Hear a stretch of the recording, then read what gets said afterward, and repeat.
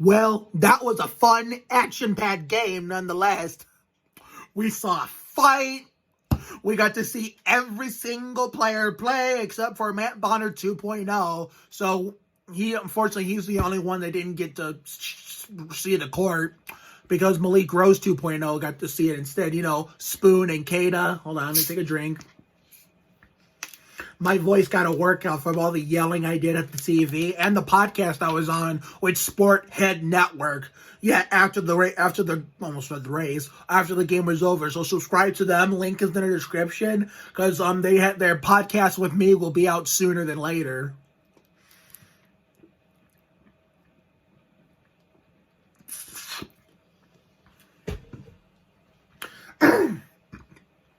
I'm sorry about that, everyone.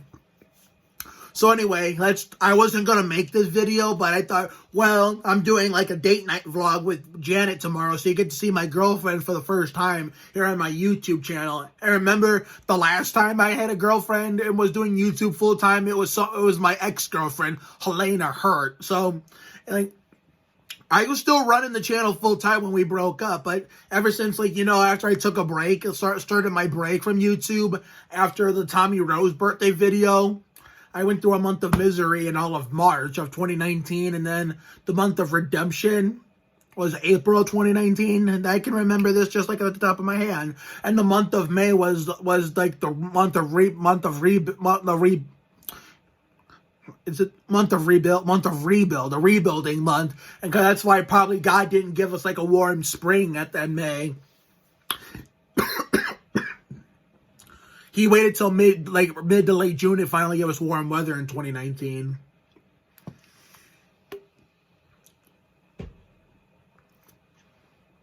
That's how I look at it as to why my area in Northeast Ohio didn't get warm weather in 2019 till like mid to late June.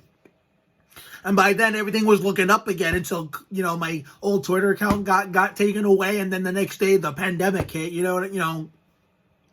Yeah, but during that time, after I worked my way back up, because you remember, for those who have been on my channel for a long time, back to 2018, remember the road to recovery, like, you know, prior to 2019? That was actually pretty successful. And I was incident-free all that way through. And then, of course, the month of misery happened in March 2019, and then it was redemption the next month, and then a rebuild the month after that. Then by mid to late June, things were looking up again.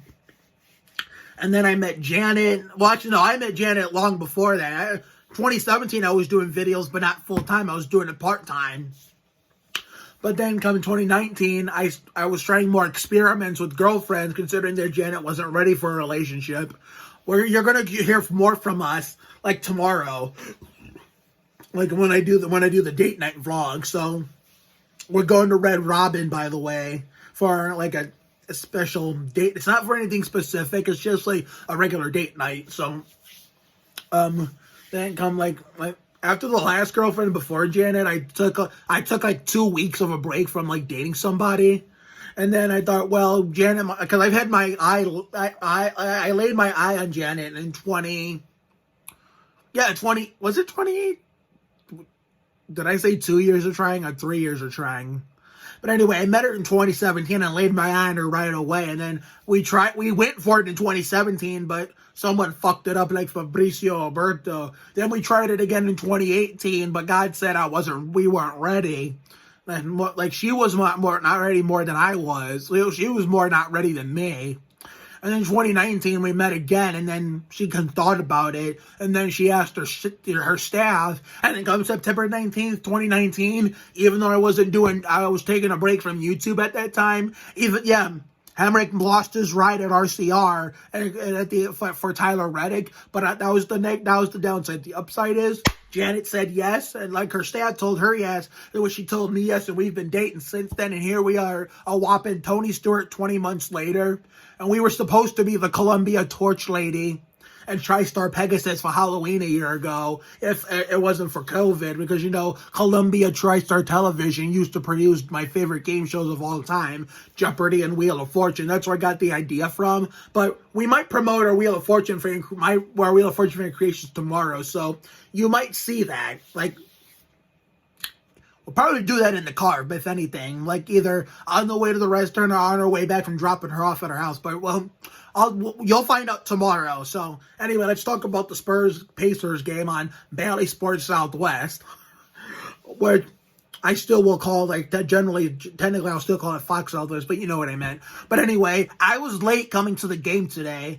I was taking care of some stuff in my room and, like, responding to my DMs, and then, yeah, my phone kept blowing up. And I was like, bye, guys, not right now. I'm about to watch a game here. So, I didn't get to see the very start of it. I caught it at the 7-minute mark, over the 7-minute mark, and it was like a semi-close, but then we really started to pour it on like Kerry Wampler, and we started beating the shit out of him and all that good shit. And then Patty before he got into that fight, he was just running out there like Pat Sajak for no reason, and was like putting Young Devo. And right after that fight happened, Pop heard us and put Young Devo in, and he was producing even though it was very little time. But the craziest part of that game, other than the fight, which is why it was action packed, was when DeMar ran for the loose ball and Pop had to get out of the way, and DeMar got sent into the front row chasing the ball, in which Pop had to run like Pat Sajak. Oh, man. So really action-packed game. Like, who the fuck fights a small guy like Patty Mills? Patty may be small, but, like, watching the Spurs on TV, whether it be Fox Southwest, Ken 5, or sometimes nationally televised, including NBA TV, it doesn't do justice. He's much bigger in person. I never met him up close in person, like talked to him, like I've done with Duncan Ginobili and Bonner and them. But I know Patty Mills is pretty big in person for a technically small guy. And yeah, those are the bottles falling. I'm sorry about that. It's the guy on the 10-day contract, that bitch-ass JaKarr Sampson. And I said on Twitter, you mess with the cow, you get the udder. Just like the greatest actor of all time, Rob Riggle, would say. And then Wednesday is actually his 51st birthday, so expect a birthday video for Robert Allen Riggle Jr. here on my channel by then. So, I don't think I can do an after party, unfortunately. I gotta work the next day. Unless something comes up where like my grandparents have an appointment in the morning or something, because they normally take me to work because we're not doing buses due to this COVID restart system.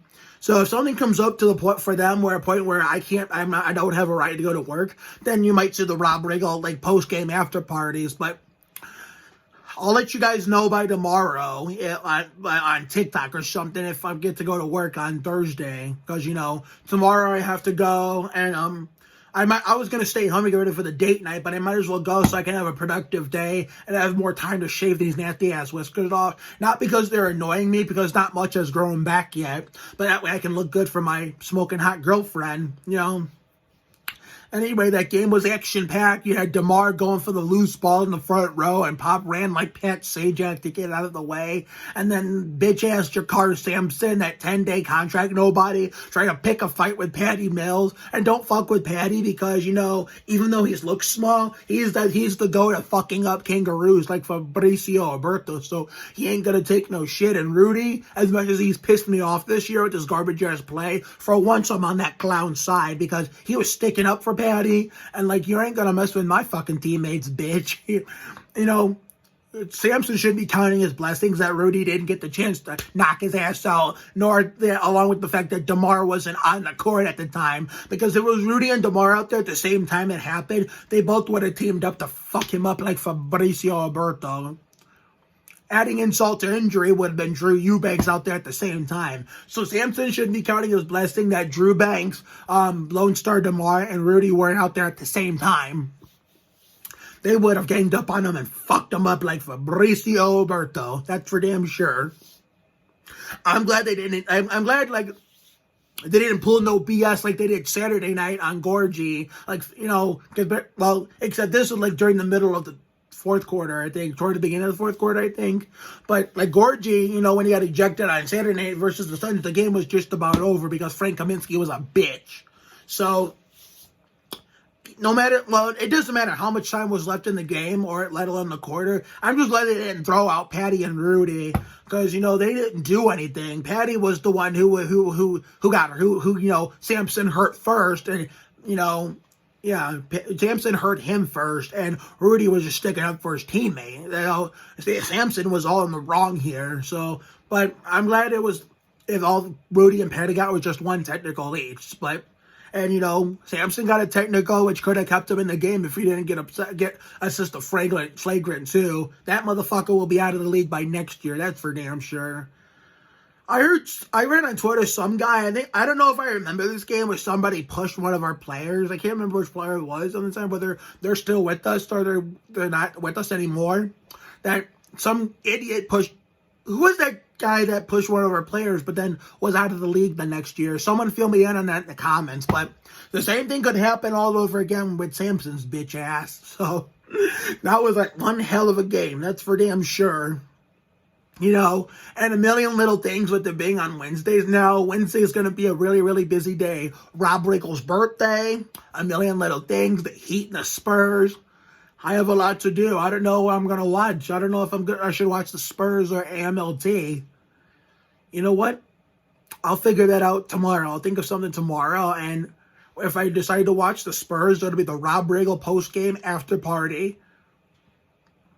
I'll tell you what. If I'm able to go to work on Thursday, then I'll watch AMLT instead, and there won't be a Spurs game review on the Heat game against the Heat. But if I don't have to go to work on Thursday, you know, something comes up for my grandparents over there for like a doctor's appointment or something in the morning that goes into the time that would normally take me to work, then I will watch the Spurs and we'll do the Rob Riggle after party that way. So whatever you see on Wednesday will be the result, and you'll know what happened. So I will see you all then, and also the day before, which is tomorrow, Tuesday, mine and Janet's date night. So have a good night tonight and a better day tomorrow. Take care, everyone. Good night, and fuck JaKarr Sampson.